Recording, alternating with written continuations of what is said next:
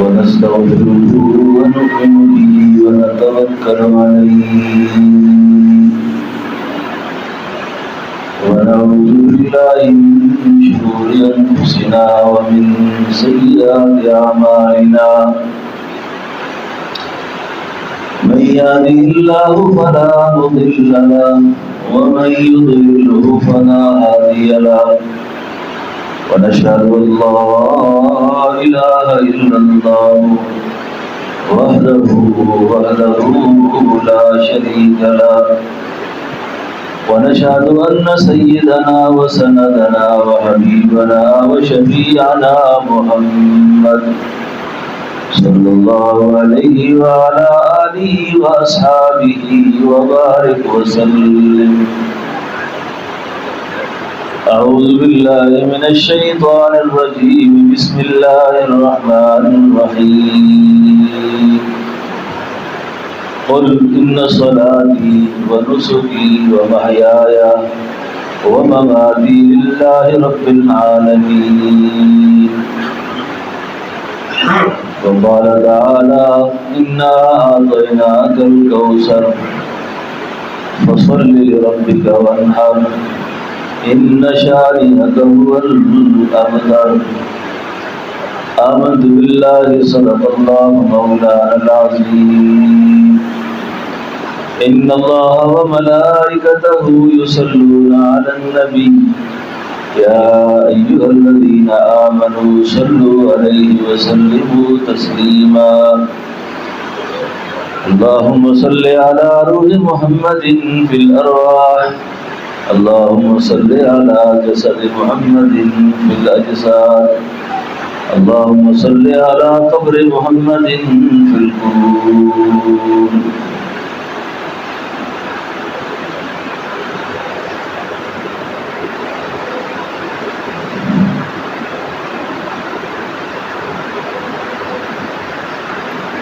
واجب الاحترام.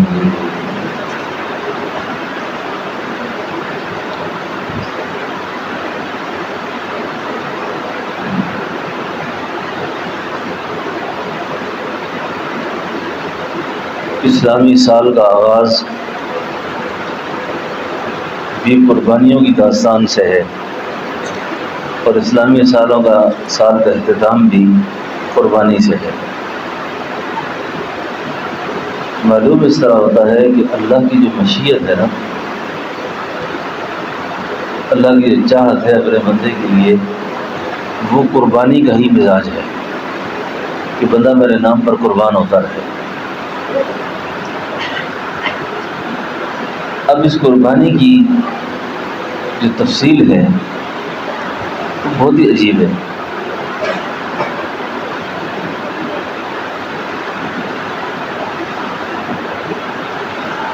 آزمائشوں سے قربان کروایا، جذبات قربان کروائے، عزتیں قربان ہوئیں، جان مال قربان ہوئے. اور اس قربانی کے صلے میں خدا نے جو انعامات دیے نا، کیونکہ ہم مادی پرست لوگ ہیں، مادیت پسند لوگ ہیں،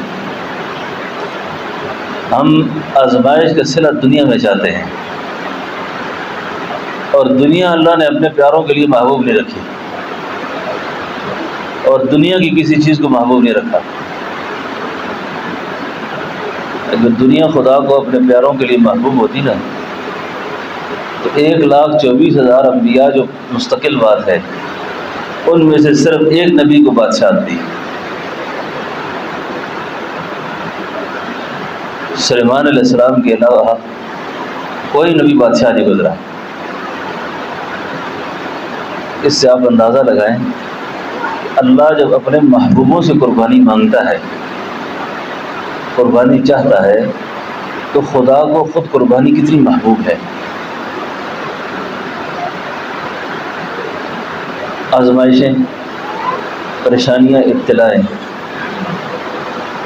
یہ بقدر ایمان حصے میں آئی ہیں، یہ حصوں میں آئی ہیں. یہ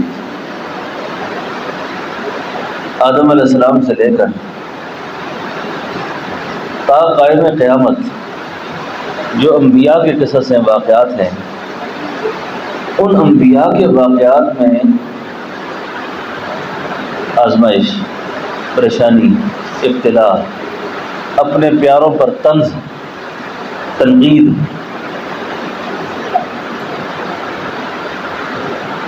اللہ ان لوگوں کا خود دفاع کرتے ہیں آگے سے، لیکن ان کو تسلیاں دیتے ہیں۔ دیکھو رسول اللہ صلی اللہ علیہ وسلم کی نرینہ اولاد ہے، اب نرینہ اولاد کی محبت قدر زیادہ ہوتی ہے۔ اب آپ کی 4 بیٹیاں، ان سے آپ کی اولاد چلتی ہے، نرینہ اولاد کو خدا 18 مہینے سے اوپر عمر نہیں دیتا، ان کا رزق اتنا ہی ہے، ان کے سانس اتنے ہی لکھے۔ اب یہ وہ ہستی ہیں جو اللہ کے بعد سب کچھ ہیں۔ ایک بدبخت کہتا ہے کہ آپ تو نعوذ باللہ ابتر ہو گئے ہیں، آپ کی تو نسل ہی ختم ہو گئی ہے۔ یعنی یہ کتنا سخت جملہ ہے یہ۔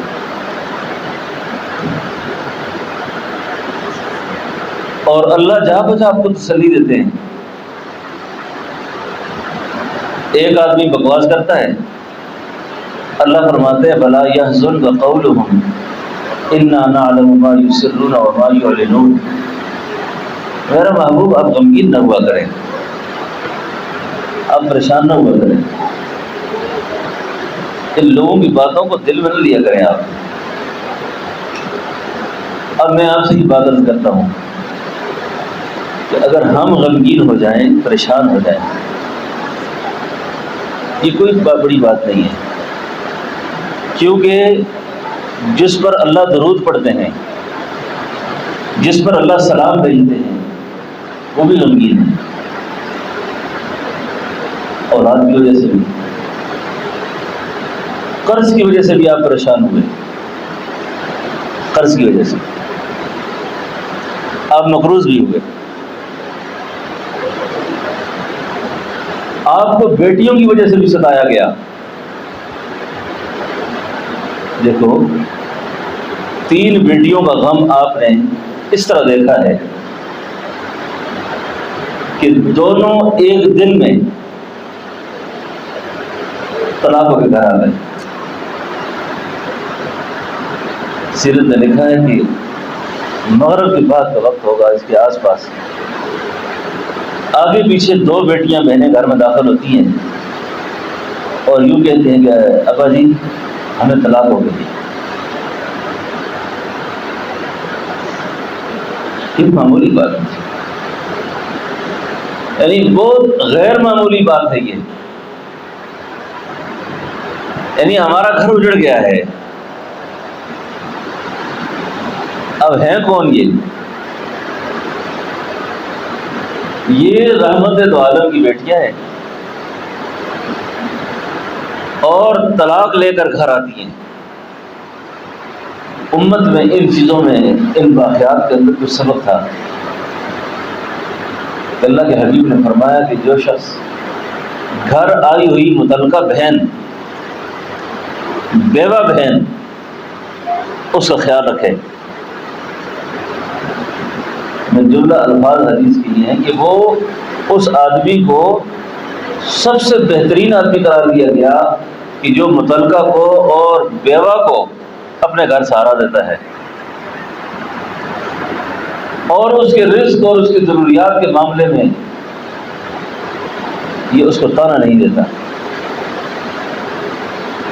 اور اگر وہ اپنے ساتھ یتیموں کو لے کر آ جائے، بچوں کو لے کر آ جائے، تو اللہ کے حبیب نے فرمایا وہ گھر تو بہت زیادہ عظیم ہے، وہ بڑا مبارک گھر ہے جس میں یتیم کی کفالت ہوتی ہے۔ اس طرح کے واقعات اللہ کے نبی کے ساتھ پیش آئے۔ اور یہ کیسا عجیب بات ہے کہ 2 بیٹیاں طلاق ہو کے آ گئیں اور تیسری بیٹی دشمن کے وار سے سواری سے گری، اسی بیماری میں فوت ہو گئی۔ اب 3 بیٹیوں کے غم اس طرح دیکھیں۔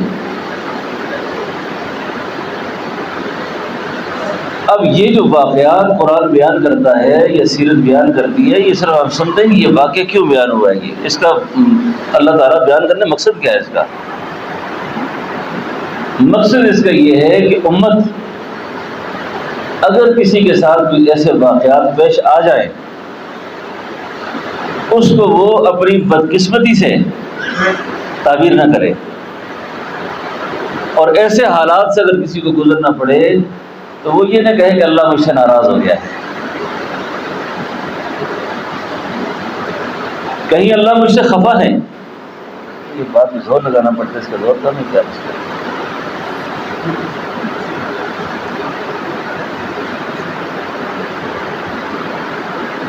کہیں اللہ مجھ سے خفا ہے، ایسی بات نہیں ہے۔ اب آپ انبیاء کی تاریخ پر چلے جائیں پیچھے۔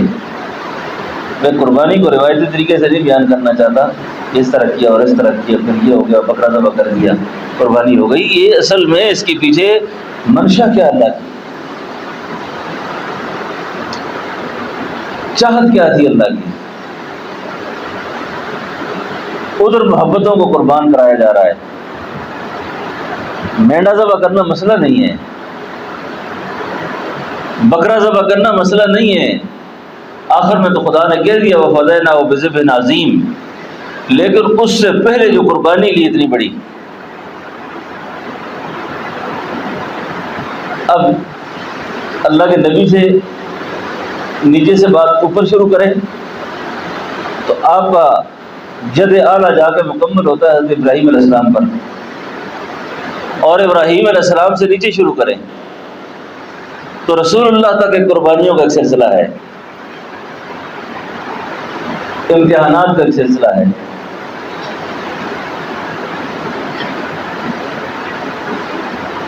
آپ جن کے ذریعے سے، جن کی آپ اولاد سے ہیں، وہ خود عدم میں تھے، پہلے نہیں تھے، ان کو خدا نے وجود کیسے بخشا؟ ابراہیم علیہ السلام دعا مانگتے ہیں اللہ میرے بیٹا دے، رب ہب لی من الصالحین، رب ہب لی من الصالحین، یہ مانگا جا رہا ہے۔ اب مدتوں کے بعد دعا قبول ہوتی ہے، اور ہمارے اندر ایک بڑی کمزوری ہے، اس کو میں ذکر کر دوں۔ ہم کہتے ہیں ہماری دعا قبول کیوں نہیں ہوتی؟ گرامر کے اندر نا ایک مسئلہ بیان ہوتا ہے، اس کو ایک کو کہتے ہیں مبتدا اور ایک کو کہتے ہیں خبر۔ ہماری عادت یہ ہے کہ ہم مبتدا کے بعد فوری خبر سننے کے قائل ہیں، جبکہ اللہ کا نظام یہ نہیں ہے، مبتدا کے بعد خبر فوری نہیں ہوتی، وہ خبر اللہ اپنی مشیت سے دیتے ہیں۔ اب ابراہیم علیہ السلام دعا مانگتے ہیں، مشیت خدا بندی دیکھو کہ حضرت سارہ سے بھی خدا اولاد دے سکتا تھا، لیکن حضرت سارہ سے اولاد نہیں ہو رہی۔ پیغمبر کو دعا کرتے دیکھا تو بیوی کہنے لگی شاید میں عمر کے اس حصے میں ہوں کہ مجھ سے اولاد نہیں ہوگی، تو میں آپ کی اور شادی کراتی ہوں۔ وہ حضرت ہاجرہ سے شادی کرا دیتی ہیں۔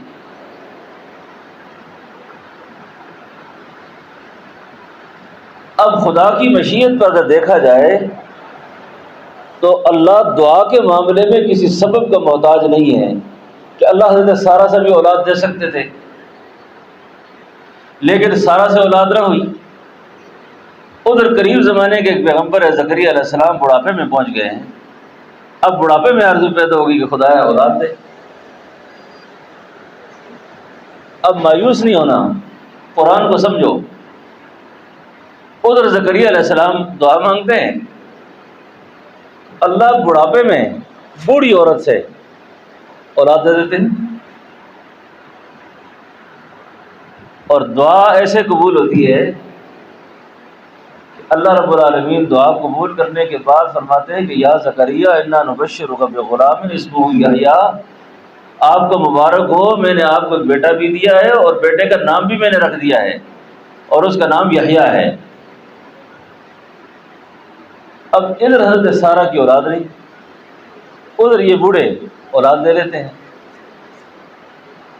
اللہ کی مشیت کو سمجھو، اللہ کیا چاہتے ہیں۔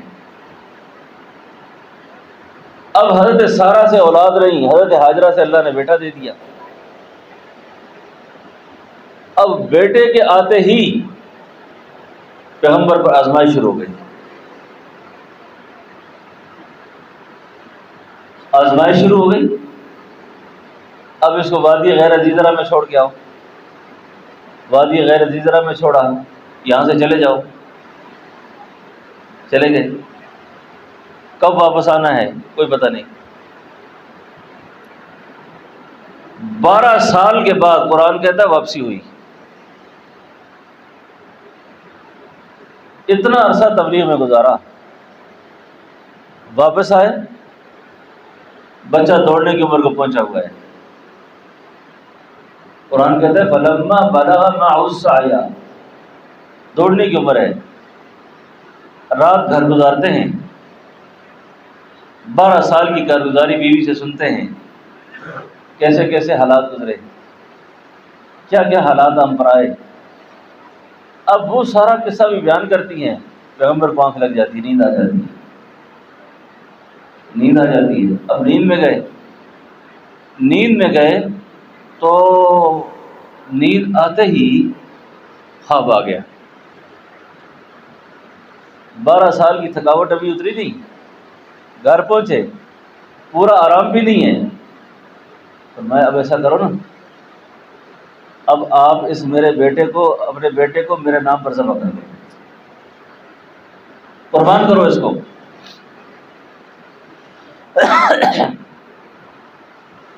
اللہ تعالیٰ سے جب اولاد مانگی جائے نا، اولاد نیک مانگی جائے، بردبار مانگی جائے، صرف اولاد ہی کافی نہیں ہے۔ کئی دفعہ اولاد نافرمان نکل جائے نا تو کہتے ہیں خدا اس سے بہتر تھا، نہیں ہوتی تو اچھا تھا۔ پیغمبر نے دعا میں کہا تھا رب حبلی من الصالحین، رب حبلی من الصالحین، اللہ مجھے نیکوکار بیٹا دے۔ ماں امید سے ہو نا، بعض بزرگوں کے مجربات میں لکھا ہے کہ یہ دعا جو ہے نا درود شریف کے بعد پڑھنی چاہیے نمازوں میں، رب حبلی من الصالحین۔ ایک تو اللہ نرینہ اولاد دیتے ہیں اور اولاد نیک ہوتی ہے، رب حبلی من الصالحین مانگ رہے،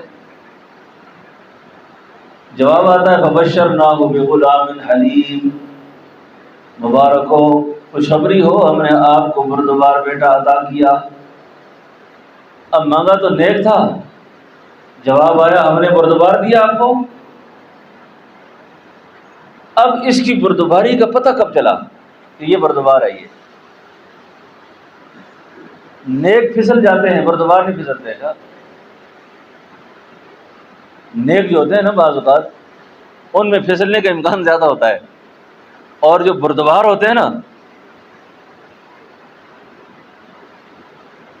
وہ پھسلتے نہیں ہیں، وہ قائد ہوتے ہیں، قائد سمجھتے ہیں نا، ایک لیڈر ہوتا ہے نا اور ایک قائد ہوتا ہے۔ لیڈر کون ہوتا ہے اور قائد کون ہوتا ہے؟ قائد وہ ہوتا ہے جو مخلوق کو اپنے پیچھے چلاتا ہے، اور لیڈر وہ ہوتا ہے جو مخلوق کے ساتھ چلتا ہے۔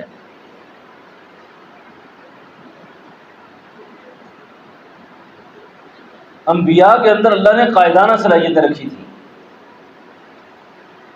وہ قیادت جانتے تھے کہ قیادت کیسے کرنی ہے۔ اب یہ جو مسئلہ آیا نا ابھی کہ خواب دیکھا ہے بیٹا اور بات کرتے ہیں، یا بنیا اے میرے بیٹے، وقت کم ہے، میری تقریر سر پھرتی رہتی ہے لیکن مضمون کو شاید بہتر ہوگا۔ یا بنیا، اس پر علماء نے لکھا ہے جس آدمی کی اولاد نافرمان ہو جائے نا، اس کو بیٹے کا نام نہیں لینا چاہیے، نام نہ لے، اس کو پیار کا نام دے۔ یا بنیا، اے میرے بیٹے۔ سرکش سے سرکش آدمی تابعدار ہو جاتا ہے اولاد میں جس کو آپ پیار کا نام دیتے ہیں۔ تو ہمارے جو بوڑھے زیادہ بوڑھے ہو جائیں نا تو وہ فخر سمجھتے ہیں، اے کافرہ، او منافقہ، او شیطانہ، وہ اس کو سادہ سمجھتے ہیں کہ یہ میرا بیٹے پہ بڑا روب ہے۔ وہی تو بڑی نالائکی ہے کہ اولاد کو گالیاں دیتے ہیں۔ اگر محسوس نہ کریں تو میں کبھی یہ بیان نہ کرتا، میری عادت نہیں ہے، لیکن یہ دیہاتوں میں ہمارے عام ماحول میں یہ ہو گیا ہے، اپنے بیٹے کو حرامی کہہ دیتے ہیں، اپنے بیٹے کو حرامی کہہ رہے ہیں۔ وہ خدا کے بدے تو سوچ رہے ہیں۔ اور کئی ناسمجھ ہوتے ہیں پڑھے لکھے، میرے سامنے کئی لوگوں نے کہا، میں بھی پھر پتہ نہیں وہ بڑا حرامی ہے، یعنی اس کو بھی سادہ سمجھتے ہیں کہ میں بہت بڑا حرامی ہوں۔ یا بنیا، اے میرے بیٹے، اس لفظ کے اندر اتنی اپنائیت ہے کہ باپ کو اگر گفتگو کرنے کا طریقہ آتا ہے تو بیٹا سب ہونے کو تیار ہو جاتا ہے۔ غور کریں آپ نا، یا بنیا انی ارا فی المنام انی اذبحک فانظر ماذا تری، بیٹا میں نے خواب دیکھا ہے کہ میں تجھے اللہ کے نام پر ذبح کرتا ہوں، فانظر ماذا تری، تیری رائے کیا ہے اس میں؟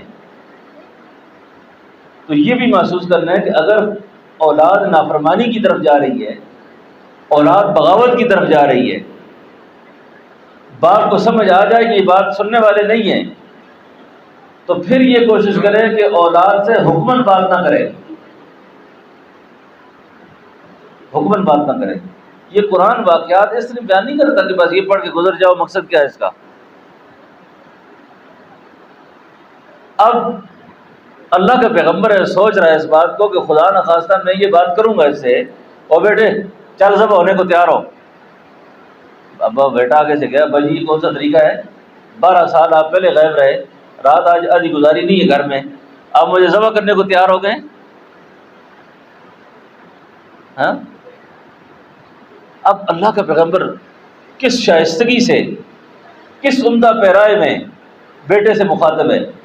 یا بنیا، یا بنیا، اے میرے بیٹے، انی ارا فی المنام انی اذبحک فانظر ماذا تری، اور میرا بیٹا میں نے خواب دیکھا ہے کہ میں تجھے اللہ کے نام پر ذبح کرتا ہوں، فانظر ماذا تری، اس میں تیری کیا رائے ہے؟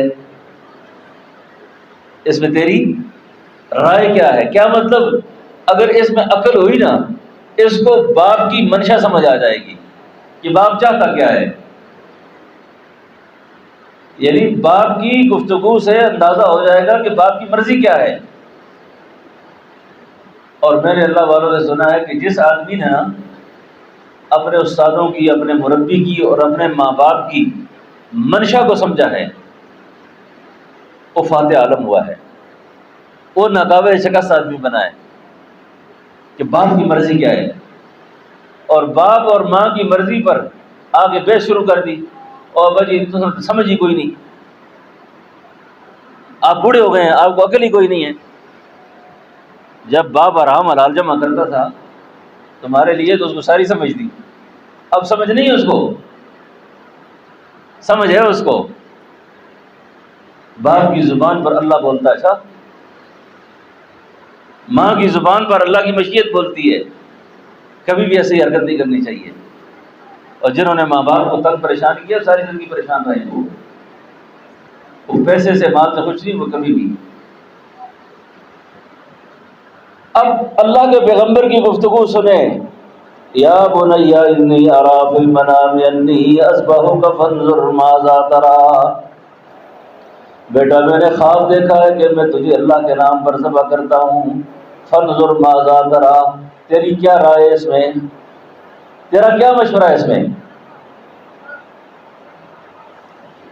بیٹا کہہ کے پکارا تھا نا، لاڈ کا نام تھا، آگے سے بیٹے نے بڑا زبردست جواب دیا. بیٹا باپ کی مرضی سمجھ گیا تو بیٹے نے آگے سے کہا یا ابت افعل ما تؤمر ستجدنی انشاءاللہ من الصابرین. اے میرے ابا جی، آپ کو جو حکم ملا ہے آپ اس کو پورا کریں. ستجدنی انشاءاللہ، اگر اللہ نے چاہا تو. یہ نہیں میں بڑا بہادر آدمی ہوں، سارے غرور اور تکبر کا جنازہ نکال دیا. انشاءاللہ، اگر اللہ نے چاہا تو کیا کروں گا میں؟ ستجدنی انشاءاللہ من الصابرین. اب آپ مجھے کیا کریں گے؟ صبر کرنے والوں میں پائیں گے. معلوم اس سے یہ ہوا کہ میں اکیلا صابر نہیں ہوں، مجھ سے پہلے بھی لوگوں پر بڑی آزمائشیں حالات آئے ہیں. جس طرح انہوں نے صبر کیا انشاءاللہ میں بھی صبر کروں گا. بات سمجھ آ گئی؟ اب اتنی زبردست قسم کی گفتگو ہے یہ. اصل گفتگو تو یہ گفتگو ہے، قربانی جو ہے نا اصل یہ گفتگو ہے. جانور ذبح کرنا مسئلہ نہیں ہے. اب یہ تو معمولی بات ہے، بیٹے کو کہو میں چھریاں تیار ہیں ذبح ہونے کو تیار ہو جا، یہ کر وہ کر، اور اپنے لخت جگر سے ایسی باتیں کرنی. اب یہ مشیت خداوندی تھی. باپ اور بیٹا دونوں اس امتحان میں پاس ہو گئے. کیسے پاس ہوئے؟ بیٹا آمادہ ہو گیا، باپ ذبح کرنے کو تیار ہو گیا، دونوں کی مرضی مل گئی. اب بھائی چلو، اللہ اکبر، کیا منظر ہوگا وہ کہ مدتوں کی مانگی ہوئی اولاد، عرصے کی دعا اور التجا سے پیدا ہونے والی اولاد، اور اکلوتا اسماعیل، پورے خاندان میں بچہ بھی اور کوئی نہیں، پورے نظام کے اندر اور بچہ شامل نہیں اس طرح کا کوئی بھی. باپ بیٹا دونوں نکلتے ہیں، مینا جاتے ہیں، جہاں ابھی حاجی جائیں گے نا مینا جاتے ہیں. مینا میں جب پہنچتے ہیں، اب مینا میں جب پہنچے باپ ذبح کرنے کو تیار ہو گیا، بیٹا ذبح ہونے کو تیار ہو گیا. اب ذبح کی کارروائی شروع ہو رہی ہے. اس وقت بیٹے نے باپ سے ایک بات کی، یہ جو رب حبلی من الصالحین فبشرناہ بغلام حلیم، اگر بردبار نہ ہوتا، اعصاب مضبوط نہ ہوتے تو یہ کمزور اعصاب والا آدمی ایسی بات نہیں کر سکتا. بیٹے نے کہا ابا جی آپ جب مجھے بھی ذبح کریں گے نا تو آپ مجھے دیکھیں گے، چھری جب پھرے گی اور میں آپ کو دیکھوں گا. خدا نہ خواستہ اگر اس وقت فطری محبت غالب آ گئی اور آپ نے چھری کو پھیرتے پھیرتے پھینک دیا تو خدا ناراض ہو جائے گا. تو قرآن کہتا ہے کہ بیٹے کی تجویز یہ آئی کہ مجھے آپ ماتھے کے بل لٹائیں، چت لٹائیں، آپ الٹا کریں تاکہ آپ مجھے دیکھیں نا. خدا نہ خواستہ اگر چھری پھرتے وقت آپ محسوس کر گئے اللہ خفا ہو جائیں گے. قرآن کہتا ہے فلما اسلما وتلہ للجبین، پچھاڑا ماتھے کے بل. اب رضامندی دونوں طرف سے ہے. اب اللہ کو پتہ ہے کہ اب پیغمبر میرا خلیل میری بات رد نہیں کرنے لگا، اب ذبح ہو رہا ہے. وَنَادَيْنَاهُ يَا إِبْرَاهِيمُ، پکارا ہم نے کہا اے ابراہیم، قَدْ صَدَّقْتَ الرُّؤْيَا إِنَّا كَذَلِكَ نَجْزِي الْمُحْسِنِينَ. آپ تو اپنا خواب سچا کر گئے. یہ جو میں نے پورا قصہ عرض کیا، بات چیت عرض کی آپ سے، اس سارے واقعہ کے بعد بہت دیر سے اللہ نے کہا سلام علی ابراہیم، ابراہیم آپ کو سلام ہوا ہے، وفدیناہ بذبح عظیم، جنت سے ایک مینڈا بھیجا، کہا اس کو ذبح کر دو بس یہ قربانی ہو گئی تمہاری۔ عرض کرنے کا مقصد یہ ہے کہ یہ جو واقعات بیان ہوئے ہیں، ان واقعات کے اندر بڑی بڑی باتیں ہیں، ایک ایک لفظ سے پورا پیغام ملتا ہے کہ اللہ چاہتے کیا ہے اس سے۔ تو ان واقعات سے انسانیت کی تعمیر معلوم ہوتی ہے کہ انسانیت کی تعمیر کیسے ہوگی۔ اب دیکھو ہمارے گھر برباد ہوتے جا رہے ہیں، باپ اور بیٹا نہیں بنتی گھر میں۔ اب قرآن گزشتہ نبیوں کو کیوں بیان کرتا ہے؟ گزشتہ نبیوں کے واقعات کیوں بیان کیے؟ تاکہ باپ اور بیٹے کو گفتگو کا سلیقہ آئے کہ باپ کو اولاد سے کیسے مخاطب ہونا چاہیے اور بیٹے کو اولاد سے باپ سے کیسے مخاطب ہونا چاہیے۔ تو میں نے عرض کیا، مفسرین کرام نے یہ لکھا ہے کہ اولاد بغاوت کی طرف جائے، نافرمانی کی طرف جا رہی ہو تو اولاد کا نام لینا چھوڑ دو۔ اولاد کا نام لینا، بھائی کسی کا نام عبد الرحمن ہے، کسی کا نام عبداللہ ہے، اس کو یہ نہ کہو عبداللہ، اس کو یوں کہو اے میرے بیٹے، یا بنیا، اے میرے بیٹے، اے بچے۔ اب اس بیٹا کہنے میں بڑی اپنائیت ہے۔ علامہ شبیر اور عثمانی فرمایا کرتے تھے، میں لفظ بیٹا سننے کو ترس جاتا ہوں، اور میں یہ لفظ سننے کے لیے مفتی اعظم پاکستان مفتی شفیع صاحب کی والدہ کی خدمت میں جایا کرتا تھا کہ وہ ہمارے خاندان کی بوڑھی تھی اور وہ مجھے بیٹا کہہ کے پکارتی تھی، اور فرمایا کرتے تھے یہ بیٹا ایسا عجیب لفظ ہے کہ اگر سلیقے سے باپ یہ لفظ ادا کرے تو بیٹا سب ہونے کو تیار ہو جاتا ہے۔ تو ہمارے اندر جو ہے نا، باپ بھی ماں بھی، اور جو بڑا ہو جاتا ہے نا گھر کا، وہ آرڈر لگاتا ہے۔ آرڈر فوجیوں کا قانون ہے نا، جس کو لیگل فریم ورک آرڈر کہتے ہیں۔ فوجیوں میں قانون تھا نا جی، LFO۔ LFO کا مطلب کیا ہے؟ جیسے میں نے کہا ایسا کرو، ہماری بات تھوڑی سن لیں، نہیں سننے کی بات نہیں ہے۔ تو اولاد کی بات بھی سننی چاہیے، اولاد کی بات بھی سننی چاہیے۔ تو ان واقعات کا مقصد یہ ہے کہ ہم اپنے گھر تعمیر کر سکیں، ہم اپنے گھروں سے خرابیاں دور کر سکیں۔ اب کئی سارے والدین اپنی نااہلی کی وجہ سے اپنی اولاد کو خود ضائع کرتے ہیں۔ اب میں مدرسے میں بیٹھا ہوں، ایک آدمی آتا ہے کہتا ہے اور حضرت اے میرا پتر بہت بڑا نالائق ہے جی، بہت نالائق ہے یہ۔ اور بھی بات یہ ہے، اولاد کو سمجھانا ہو تو اس کو تنہائی میں اس کی قومی خوبیاں بتائیں، اس کو نہ بتاؤ اب میرے سامنے کہتے بہت نالائق ہے جی، یہ پڑھ نہیں سکتا۔ یہ اس باپ کی نالائقی ہے جو باپ کو بیٹے کو اس طرح کہہ رہا ہے۔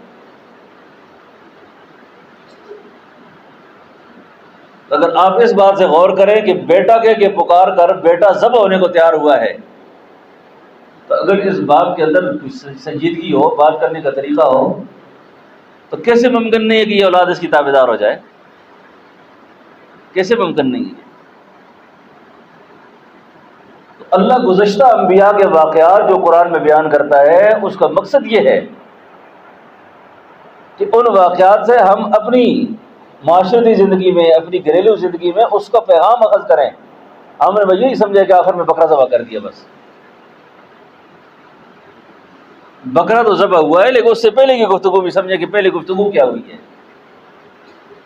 پھر آگے اس سے مسائل اخذ ہوتے ہیں جی، قربانی کے مسائل اخذ ہو گئے، قربانی کے مسائل کا استنباط ہو گیا، کیسی قربانی ہو، کیسا جانور ہو، کتنے لوگ ہوں اس میں، قربانی کی جانور کی پوزیشن کیسی ہونی چاہیے، یہ الگ مسائل ہیں پورے، لیکن اصل فلسفہ قربانی اور اصل نقطے کو سمجھنا چاہیے کہ اللہ کے پیغمبر کی منشا کیا تھی، ہاں جی، اور پیغمبروں پر کیسے کیسے حالات آئے۔ ٹھیک ہے نا. تو عرض کرنے کا مقصد یہ ہے کہ ہم سب کو ایسے معاملات کے اندر اب جو موجودہ فتنے کا دور ہے نا، اس سے اولادیں ہاتھ سے نکلتی جا رہی ہیں، اولادیں ہاتھ سے نکلتی جا رہی ہیں. اب گھر کا بوڑھا کہتا ہے جی جناب میں اپنے باپ کے ساتھ اس طرح رہا ہوں، میں نے اپنی ماں کی بات کو کبھی ایسا نہیں کیا. وہ وقت کچھ اور تھا. اس وقت اولاد کی نگاہ سکرین پر نہیں پڑی تھی. اب سکرین کی کشش اتنی زیادہ ہے، سکرین کی محبت اتنی زیادہ ہے کہ سکرین کی محبت ماں باپ کی طرف دیکھنے کا موقع نہیں دیتی کہ ماں کو دیکھو اور باپ کو دیکھو تمہیں حج کا ثواب ملے گا. یہ پکی حدیث ہے، مستقل مسئلہ ہے کہ جو ماں باپ کی زیارت کرتا ہے نا صبح اٹھ کر، اس کو ایک قبول حج عمرے کا ثواب ملتا ہے. لیکن اب جن ماں باپ نے اس انداز سے تربیت کی تھی، ان کو تو پتہ تھا کہ باپ کو دیکھوں گا تو یہ ثواب ملے گا، باپ کی مشیت پہ چلوں گا تو یہ فائدہ ہے. اب ہم نے ماحول ہی نہیں دیا، ماحول ہی نہیں ہے گھر میں، دین کا تذکرہ ہی نہیں ہے، دین کی بات ہی نہیں ہے، اللہ کی بات ہی نہیں ہے، تو آپ کیسے امید کریں گے؟ اس لیے دوستو بھائیو، قربانی کا مضمون انشاءاللہ پھر میں عرض کروں گا. تو یہ کیونکہ اس ساری تمہید کا جو مقصد ہے نا، مقصد یہ ہے کہ ہم اپنی زندگی کو، اپنے بچوں کی تربیت میں اپنی زندگی کو ٹھیک کر دیں، ٹھیک کریں، اور اولاد کے ساتھ مخاطبت کا طریقہ، اولاد سے بات چیت کا طریقہ، اس میں شائستگی اختیار کریں، اس کو عمدہ پیرائے میں بات کریں. جیسے اللہ کے اس پیغمبر نے اپنے بیٹے سے گفتگو کی. یہ فیضان نظر تھا، یہ فیضان نظر تھا یا کہ مکتب کی کرامت تھی، یہ فیضان نظر تھا یا کہ مکتب کی کرامت تھی. سکھائے کس نے اسماعیل کو آداب فرزندی، سکھائے کس نے اسماعیل کو آداب فرزندی. آخری بات یہی ہے، موضوع چلے گا یہ والا انشاءاللہ. فرزند ہونے کا جو تقاضا ہے نا، فرزندی کا، اس اولاد کے نصیب جاگ جاتے ہیں. یقین جانیں، بڑے بڑے فلاسفر اور بڑے بڑے ذہین اور بڑے بڑے مالدار اپنے آپ کو کہنے والے دنیا سے جب گئے نا جی، اولادوں نے بھیک مانگی ہے، ان کی بھیک مانگی ہے. اور جنہوں نے اپنے ماں باپ سے دعائیں لی ہیں نا، ان کے بارے میں آتا ہے کہ کوفہ کی مسجد کے باہر، کوفہ کی جامع مسجد کے باہر عمر بن عبدالعزیز کی اولاد 100 اونٹ خیرات کرتی تھی، 100 اونٹ. اور اس زمانے کے نافرمان ماں باپ کا وہ خیرات مانگنے میں سامنے کھڑے ہوتے تھے. اور جو کسی وقت اپنی بادشاہت کا غرور ان کا اتنا زیادہ تھا، اپنے عہدوں کا غرور اتنا زیادہ تھا کہ ہم جیسا تو ہی کوئی نہیں ہے. تو تاریخ نے لکھا ہے مسلمان ہو کر، ماں باپ کے نافرمان ہو کر اس ذلت سے دوچار ہو گئے. اور ماں باپ کا نافرمان آدمی جو ہوتا ہے نا، اس کے اخیر زندگی میں رزق تنگ ہو جاتا ہے، اس کو بہت زیادہ، اس کی رزق اس سے بہت روٹ جاتی ہے، اس سے رزق کی تنگی اس کا پیچھا نہیں چھوڑتی. تو کوئی آدمی یہ چاہے کہ مجھے اللہ خوشحال زندگی دے نا، عزت والی زندگی دے، اس کو چاہیے کہ وہ اپنے ماں باپ کی فرما برداری کرے، ماں باپ کی منشا پہ قربان رہے، ماں باپ کی تابعداری کرے. کسی قسم کا بے سوال والدین سے نہ کرے کہ جی میرے پیسے آپ کھا گئے جی، تو میرے پیسوں کو یہ کر دیا تو وہ کر دیا. ٹھیک ہے نا. اللہ سے دعا ہے کہ اللہ پاک، ابھی حج کا موسم شروع ہونے لگا ہے، اس سے پہلے ہمیں قربانی کی بھی اللہ توفیق دے، اور بر وقت قربانی کا خیال بھی رکھیں. اچھا، قربانی کے جذبے سے تو انشاءاللہ مسائل قربانی آگے بیان کیے جائیں گے. ربنا تقبل منا انک